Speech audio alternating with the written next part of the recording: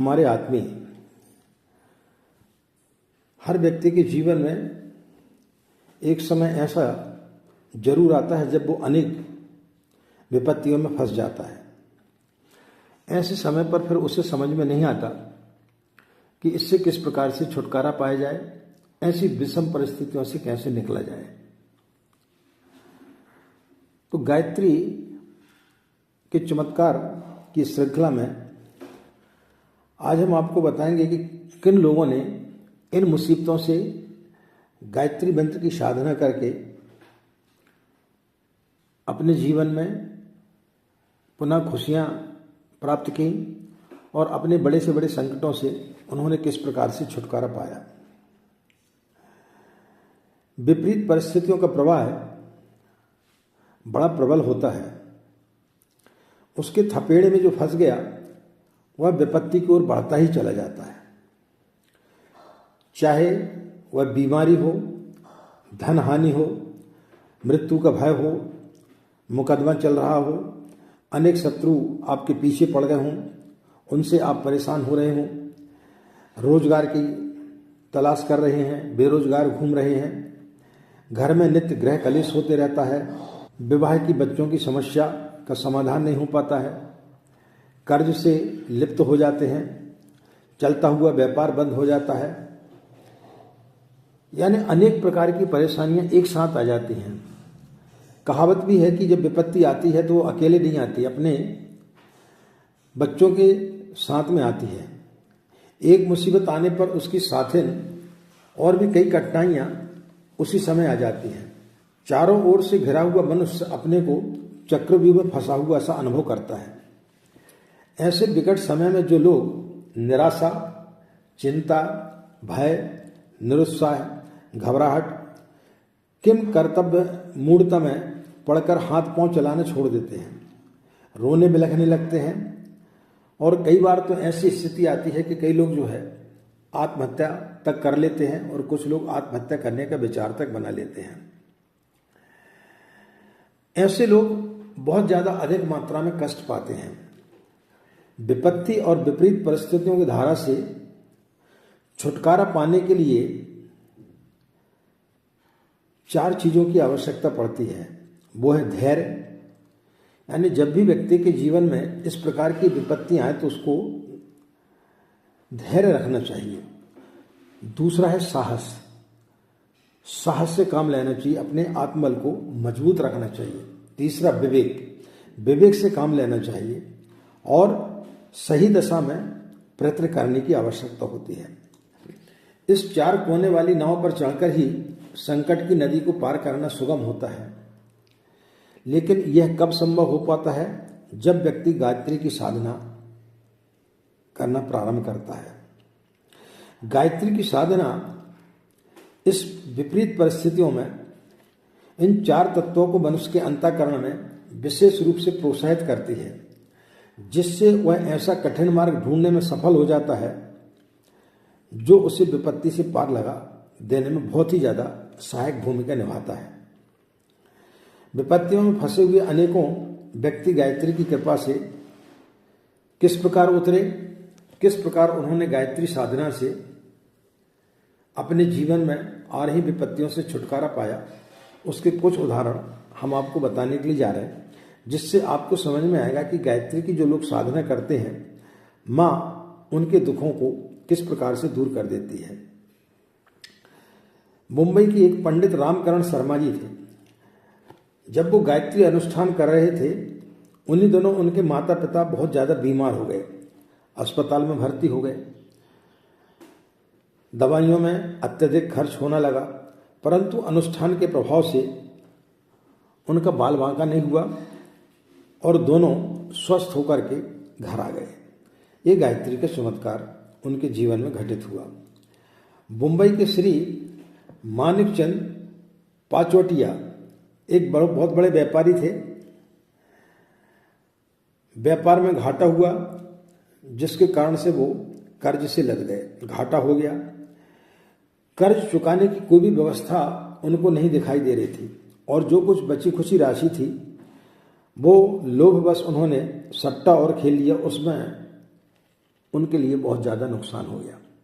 बहुत लंबे कर्ज से लद गए, दिवालिया की स्थिति आ गई।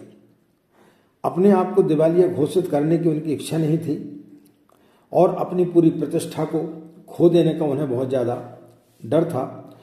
इसी दुख के कारण उन्होंने अपने घर में गायत्री अनुष्ठान कराया और जैसे उन्होंने गायत्री अनुष्ठान कराया तो समय कुछ ऐसा बदला कि दिन पर दिन लाभ होने लगा।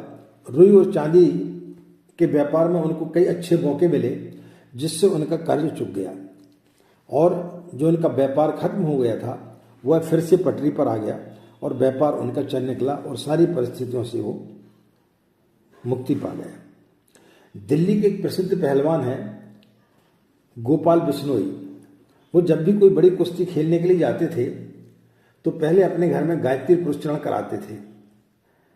उससे ये लाभ होता था कि वो सदैव हमेशा बिजी होकर के लौटते थे, नहीं वो कभी हारे।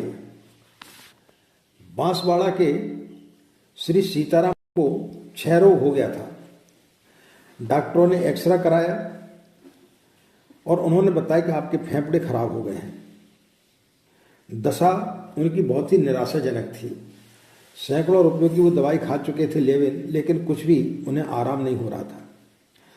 तब यहाँ पर गायत्री को उपासक थे, उन्होंने उन्हें सलाह दी कि आप बिस्तर पर लेटे लेटे ही गायत्री का मानसिक जाप करें।